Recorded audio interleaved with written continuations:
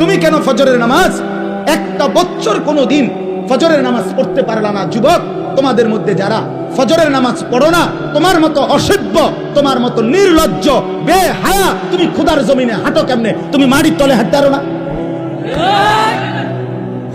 তোমার মতো অসভ্য আর কোনো মানুষ হয়নি। বেহায়া কোথাকার।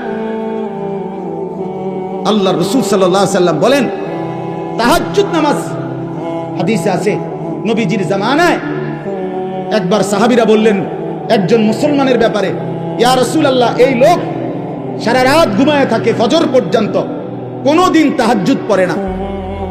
তাহাজ্জুদ মানে ফজর না, ফজরের আগের নামাজ। কথা বোঝেন নাই আপনারা? নবীজির সাথে সাথে মিশকাতে আমরা নিজে পড়ছি, আল্লাহ রাসূল বললেন, যালিকা রাজুলুন বালা শাইতানু ফি উদুনাইহি। নবী বলেন, তাহাজ্জুদ পড়ে না কখনোই, তাহলে তো এটা এমন একটা লোক যার